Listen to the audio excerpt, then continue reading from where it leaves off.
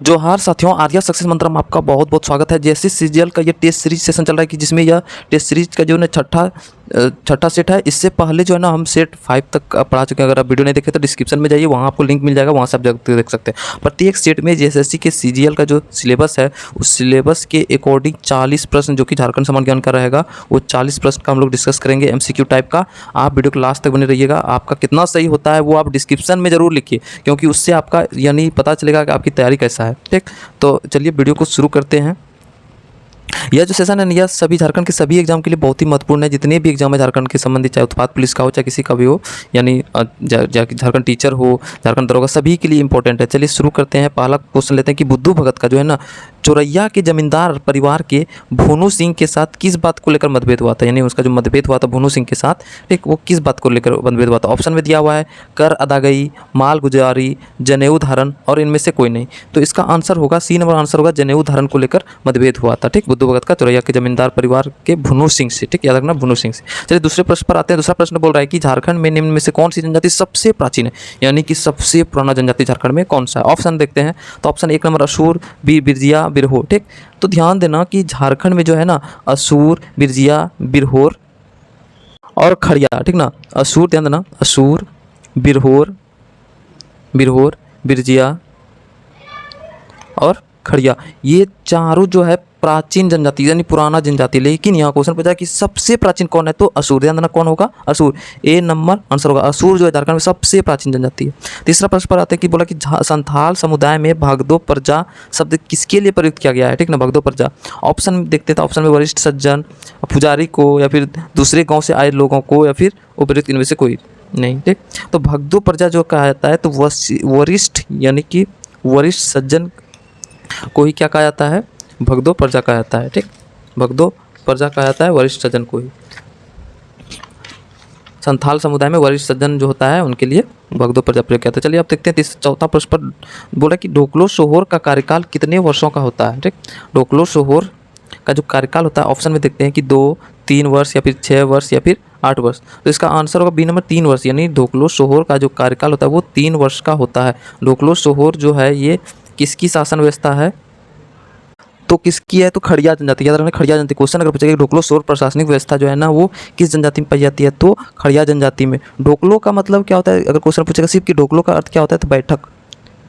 ढोकलो का अर्थ क्या होता है, बैठक। और सोहोर का अर्थ क्या होता है, बैठक का अध्यक्ष।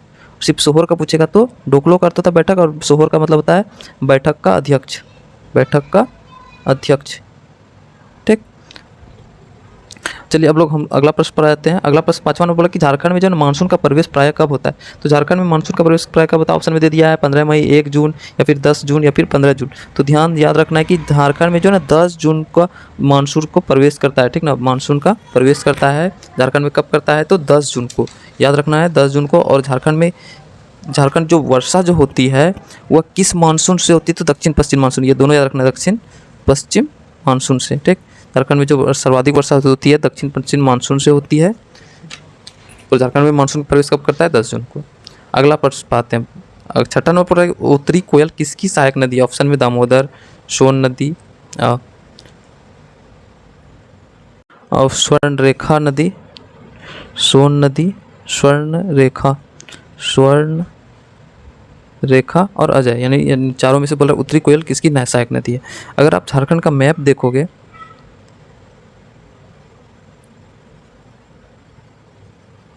तो झारखंड का map east, west, north, south, यानी उत्तरी कोयल यानी कोयल यानी यहाँ पे रांची है, तो यानी छोटा नागपुर का पठार, ये पूरा छोटा नागपुर का पठार हो गया। तो यहाँ से एक नदी इधर आती है और एक नदी इधर वाले उत्तरी कोयल नदी हो गया यानी नॉर्थ साइड में, और इधर दक्षिणी कोयल नदी। ठीक, तो उत्तरी कोयल नदी इधर से ही सोन नदी गुजरती है, तो सोन नदी में ही आके मिल जाती है। याद रखना है, तो उत्तरी कोयल किसकी नदी है, सोन नदी की। तो ऑप्शन सी नंबर आंसर हो जाएगा सोन नदी की। ठीक,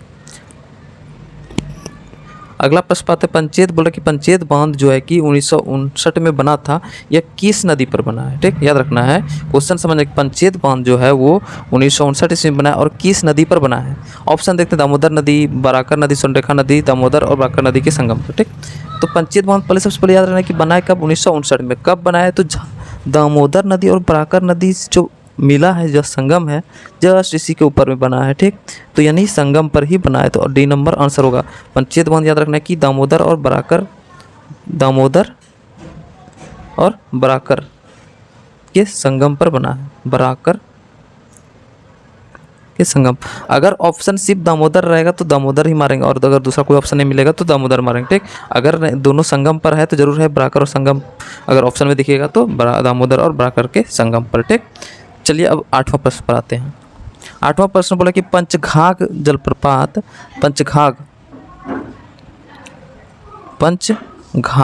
जलप्रपात जो है वो किस जिले में, ऑप्शन है खूंटी, गुमला, रांची, सिमडेगा। तो याद रखना कि पंचघाघ जो है ये खूंटी जिला में है, ठीक ना, ए नंबर आंसर होगा। खूंटी जिला में पंचघाघ नदी जो है ना पांच धाराओं में यानी बटा हुआ रहता है एक ही जगह। जब ये पानी जब गिरती है तो यहाँ पे आवाज़ करता है, इसलिए ये आकर्षक लगता है देखने में, इसलिए यहाँ पे पर्यटकों का भीड़ रहती है, ठीक। तो ये 5 धाराओं में, इसलिए पंचघाघ इसका नाम है, पंचघाघ जलप्रपात, ठीक ना। तो ये जो है कहीं कहीं आपको मिलेगा पंच नदी पर है, यानी कौन सी नदी पर ये है, तो कहीं कहीं आपको पंच नदी और यानी तो बनाई नदी, ठीक ना, बनाई नदी। तो बनाई नदी ही आंसर होगा, बनाई नदी पर, यानी कौन सी नदी पर है, तो बनाई नदी पर पंचघाघ जलप्रपात है, ठीक। किस जिला में है, तो खूंटी आंसर होगा, ठीक। 9वां प्रश्न पर आते हैं। अनुसूचित जनजाति की जनसंख्या झारखंड के किस जिले में सबसे कम है। तो ऑप्शन दे दिया है खूंटी, कोडरमा, सिमडेगा, पलामू, ठीक। तो याद रखना है कि सबसे कम जो है, सबसे कम अनुसूचित जनजाति बोला, अनुसूचित जनजाति यानी ST शेड्यूल्ड ट्राइब, ठीक है, शेड्यूल्ड ट्राइब सबसे कम कहाँ है, तो कोडरमा, सबसे कम कोडरमा में। याद रखना है सबसे कम कहाँ है, कोडरमा में। तो सबसे अधिक कहाँ है, सबसे अधिक कहाँ है, तो रांची में। सबसे अधिक कहाँ है, तो रांची में, ठीक। अगर प्रतिशत की दृष्टि से पूछेगा तब खूंटी होगा, ध्यान देना। अगर क्वेश्चन पूछेगा कि अनुसूचित जनजाति का प्रतिशत की दृष्टि से सबसे अधिक कहाँ है, तो खूंटी, और सबसे कम कहाँ है, तो कोडरमा, ठीक। अगर सिर्फ पूछेगा कि अनुसूचित जनजाति की जनसंख्या झारखंड में किस जिले में सबसे कम है, तो कोडरमा ही प्रतिशत, और दोनों, ये दोनों में आंसर कोडरमा ही होगा। लेकिन सबसे अधिक वाला में अंतर है, प्रतिशत की दृष्टि से खूंटी होगा, और सिर्फ जनसंख्या की दृष्टि से पूछेगा तो रांची, ठीक। क्लियर हो गया। अगला प्रश्न पर आते हैं। 10वां है, बोल रहा कि प्रजातीय तत्व के आधार पर झारखंड की जनजातियां किस वर्ग से संबंधित है। ऑप्शन दे दिया प्रोटो ऑस्ट्रेलाइड, निग्रोइड, मंगोलॉइड, इनमें से कोई नहीं। तो झारखंड की प्रजाति जितने भी है वो प्रोटो ऑस्ट्रेलाइड समूह से आता है, ठीक ना। तो आंसर ए नंबर इसका आंसर होगा। 11वां नंबर देखते हैं कि झारखंड में बोला कि किस जिले में 26 जनवरी 1930 को पूर्ण स्वाधीनता दिवस मनाया गया। तो यानी उस समय जो है ना ऐलान किया गया था कि पूरे भारत में यानी स्वाधीनता दिवस के रूप में मनाया जाए। यानी उस समय तो स्वतंत्रता बोला गया था, लेकिन स्वाधीनता के रूप में इसको मनाया गया था। तो कहाँ बोला कि झारखंड में उस समय किस जिला, किन किन जिलों में मनाया गया था।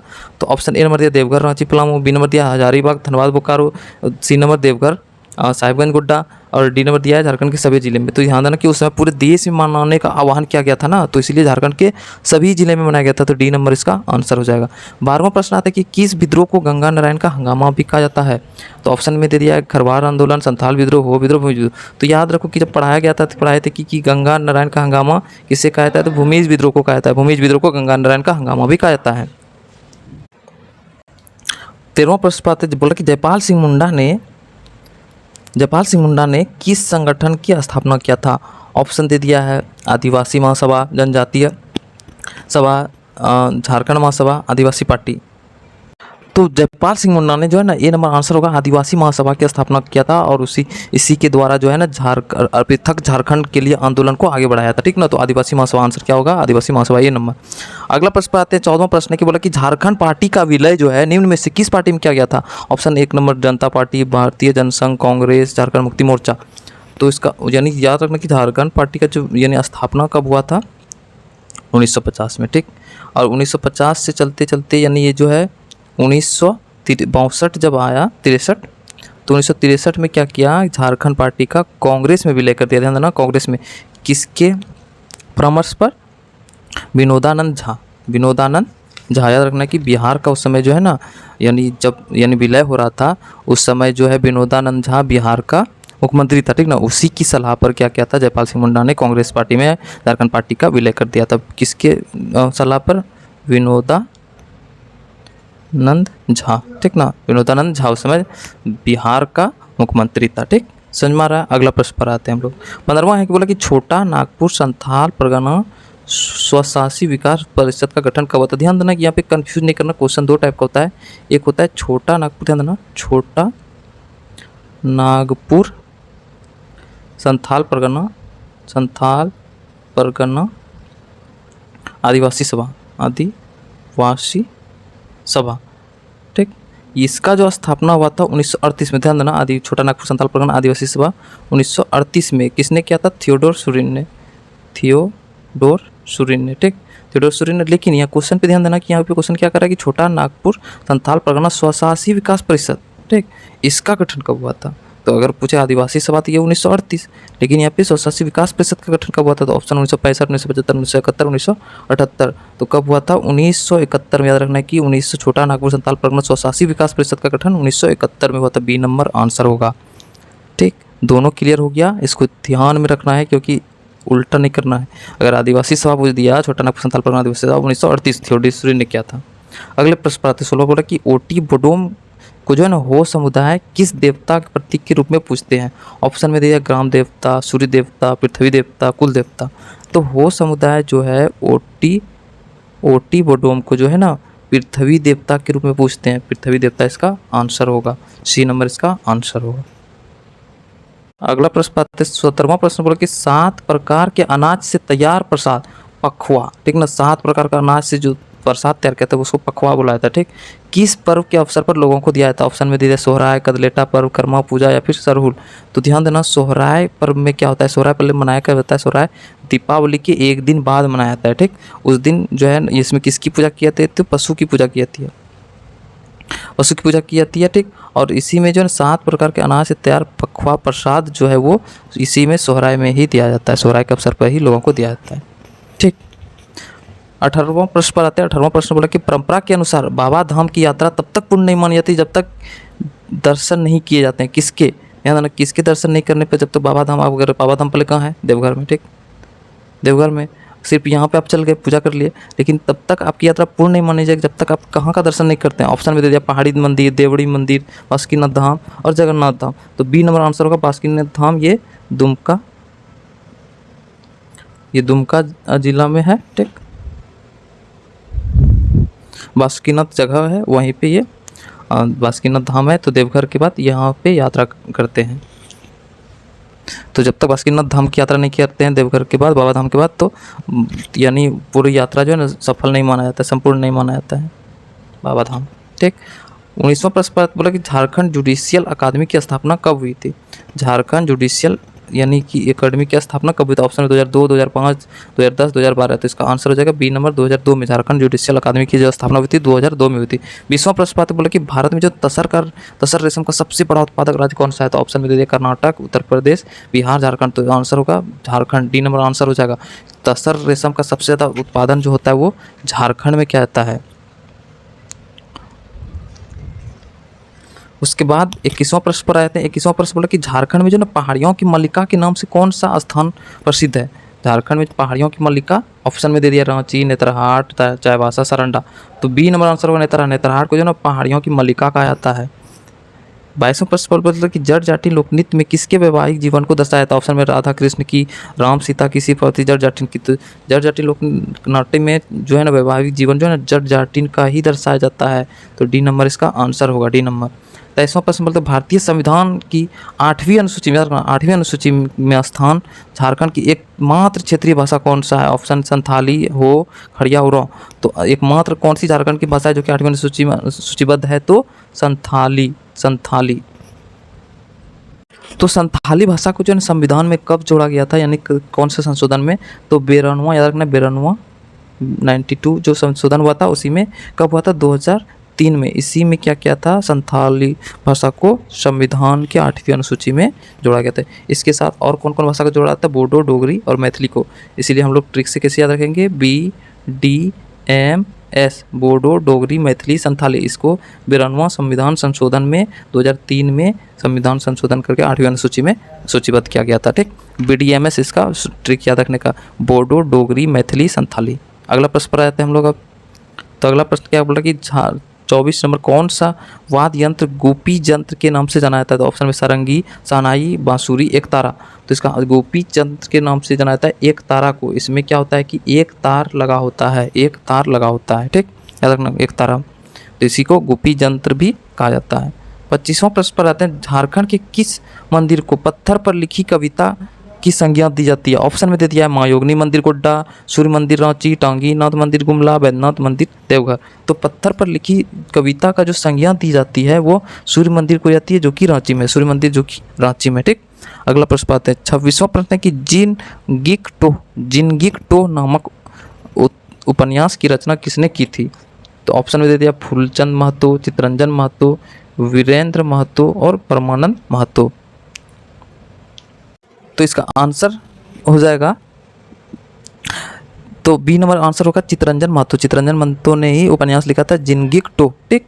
37वां प्रश्न 27 नंबर आते हैं कि बोला कि निम्न में से किसने लीला खो खेल खेल नामक पुस्तक की रचना की थी, ठीक। तो लीला खोरा खेल खेल नामक पुस्तक जो है ये ऑप्शन में दे दिया है रेवहॉन, WG आर्चर, धर्मदास लकड़ा, उपयुक्त सभी। तो ध्यान देना कि इन तीनों ने मिलकर यानी इस पुस्तक की रचना की थी, ठीक ना। तो यानी उपयुक्त सभी, डी नंबर आंसर हो जाएगा। रेवहॉन, आर्चर और लकड़ा, ये तीन, धर्मदास लकड़ा, ये तीनों ने मिलकर लिखा था। कौन सा पुस्तक? लीला खोरा खेल खेल, ठीक। अगला प्रश्न 28वां प्रश्न बोला कि रांची में स्थापित भारी मशीन निर्माण संयंत्र यानी HMBP की स्थापना किस देश से सहयोग से हुआ था, ठीक ना। तो HEC की ध्यान देना पहले कि HEC पूरा जानते हैं इसके बारे में। HEC की स्थापना कब हुआ था? तो 1958 में, ठीक। और ये उत्पादन कब से स्टार्ट हुआ गया? तो 1964 से उत्पादन प्रारंभ हुआ था। हैवी इंजीनियरिंग कॉरपोरेशन, ठीक। उसके बाद यानी ये इसमें जो है ना 3 प्रकार का संयंत्र था। कौन कौन? यानी HMBP, HMIP और एक होता है FFP, ठीक। हैवी मशीन बॉइलिंग पॉइंट, उसका हैवी मशीन, तो heavy machine tool plant, heavy machine building plant और एक होता है फाउंड्री फोर्ज प्लांट, ठीक ना। 3 टाइप का प्लांट है। अब ध्यान देना है, तो हैवी मशीन बिल्डिंग प्लांट ये रूस की सहायता से बना था। उसके बाद ये दोनों चेकोस्लोवाकिया के सहयोग से, ठीक ना, चेकोस्लोवाकिया से। Heavy machine building plant, heavy machine tool plant, foundry and forge plant, ठीक। ये दोनों चेकोस्लोवाकिया की सहायता से और ये नहीं बिल्डिंग प्लांट ये रूस की सहायता से। तो क्वेश्चन यही पूछ रहा है HMBP तो यानी ये किसकी सहायता से? ऑप्शन रूस, जापान, जर्मनी, फ्रांस। तो ए नंबर आंसर होगा रूस की सहायता से, ठीक। HEC हैवी इंजीनियरिंग कॉर्पोरेशन, इसकी स्थापना कब हुई थी? 1958 में और उत्पादन कब से स्टार्ट हुआ? 1964 में। अगले प्रश्न पर आते हैं, बोल रहा है कि 29वां प्रश्न, झारखंड का भारी उद्योग वाला जिला कौन सा है? ऑप्शन में दे दिया है धनबाद, भारी उद्योग अभी तुरंत हैवी पढ़े ना, हैवी इंजीनियरिंग कॉर्पोरेशन। तो यानी क्या हो सकता है? धनबाद, बोकारो यानी पलामू, रांची। तो डी नंबर आंसर अभी तुरंत पढ़ा है रांची। तो HEC ये कहाँ है? कहाँ पे? रांची में, ठीक ना। रांची, हटिया रांची, ठीक। हटिया रांची, ठीक। इतना सब याद रखना है, इसको लिख लेना है कॉपी में, इसको पूरे को। ये रूस के साथ है, ये चेकोस्लोवाकिया के सहयोग से। उसके बाद यानी हैवी उद्योग यानी भारी उद्योग कहाँ है? तो रांची में। उसके बाद अगला प्रश्न 30वां है, पागलखाना नामक नाटक का लेखक कौन? पागलखाना का लेखक का नाटक का जो है लेखक कौन? अशोक कुमार अंचल, जयपाल कोड़ा, मामराज शर्मा, वंदना टेटे। इसका आंसर हो जाएगा ए नंबर, अशोक कुमार अंचल जो है ना पागलखाना नामक नाटक का लेखक है। अगला प्रश्न पर आते हैं 31 नंबर कि किस मिशन ने 1899 ईस्वी में हजारीबाग में संत कोलंबस कॉलेज खोला और जो अविभाजित बिहार का सबसे पुराना कॉलेज है? ऑप्शन में Gossner mission, Roman Catholic mission, Dublin university mission, SPG mission. तो हजारीबाग में जो संत कोलंबस कॉलेज जो है ये 1899 ईस्वी में खोला गया था, ठीक। 1899 में ये सबसे पुराना कॉलेज है अविभाजित बिहार का। तो इसका जो यानी इसको खोला गया था डबलिन यूनिवर्सिटी मिशन द्वारा, डबलिन यूनिवर्सिटी मिशन, यानी सी नंबर इसका आंसर होगा। 32वां प्रश्न अब आते हैं कि झारखंड का कौन सा महाविद्यालय विश्वविद्यालय स्तर का है, ठीक। ऑप्शन में दे दिया IIT Jamshedpur, IIMS Dhanbad, ISM Dhanbad, Birsa institute of technology, उपरोक्त इनमें से कोई नहीं। कि कौन सा महाविद्यालय जो है ना विश्वविद्यालय स्तर का है, तो यही आंसर हो जाएगा B number answer ISM international school of mines Dhanbad में है। ठीक, यही जो है ना महाविद्यालय विश्वविद्यालय स्तर का है। ठीक, बी नंबर आंसर होगा। 33वां प्रश्न बोला कि भारत का कुल उत्पादन का 60% से अधिक झारखंड द्वारा प्रदान किया जाता है। लाह जो है भारत में कुल लाह का जो उत्पादन होता है उसका 60% से अधिक जो है झारखंड प्रदान करता है सिर्फ। तो झारखंड का जो मुख्य लाह उत्पादक क्षेत्र कौन सा है?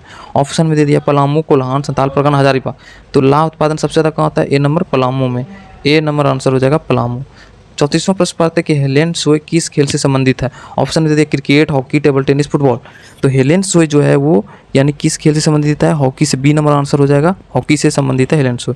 अगला प्रश्न विश्व विजेता बनने वाला झारखंड का प्रथम शतरंज खिलाड़ी कौन का नाम बताइए। बोला कि कौन सा है? दीपसेन गुप्ता, कौन हम्पी विश्वनाथ आनंद, नीरज कुमार गुप्ता। झारखंड पूछा, झारखंड का प्रथम शतरंज खिलाड़ी दीपसेन गुप्ता। ए नंबर आंसर हो जाएगा, ए नंबर दीपसेन गुप्ता। 36वां प्रश्न है कि झारखंड में राज्य सरकार द्वारा स्थानीय लोगों के लिए निजी क्षेत्र में नौकरी पाने के लिए कितने प्रतिशत आरक्षण की मंजूरी दिया गया है हाल ही में?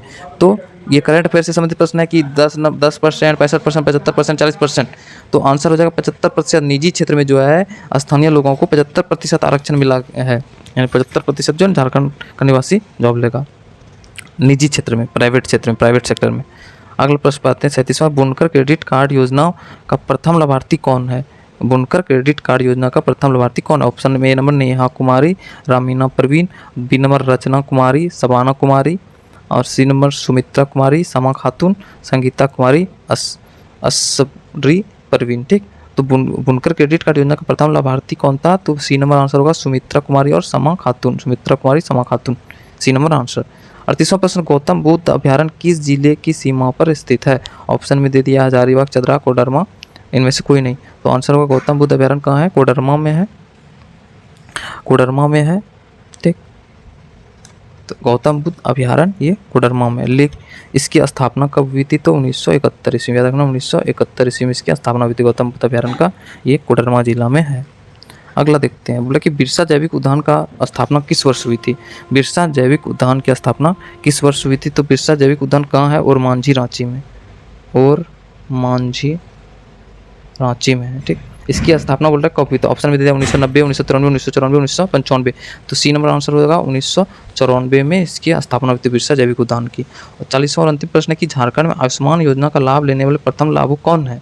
ऑप्शन में पूनम महतो, रश्मि उरांव, नेहा सिंह और सरिता कलपड़ा। ठीक, तो जो झारखंड में जो आयुष्मान योजना का जो लाभ लेने वाला प्रथम लाभुक था वो पूनम महतो थी। पूनम महतो, ए नंबर आंसर होगा। ये था 40 प्रश्न जो कि झारखंड के सभी एग्जाम के लिए बहुत इंपॉर्टेंट है। फिर से इसका सेट 7 जो है बहुत जल्द आ जाएगा। तो आप इसी तरह से वीडियो में बने रहिए। वीडियो को लास्ट तक देखने के लिए आपका बहुत बहुत धन्यवाद। जय हिंद। वीडियो को यहीं समाप्त करते हैं। जय हिंद, धन्यवाद।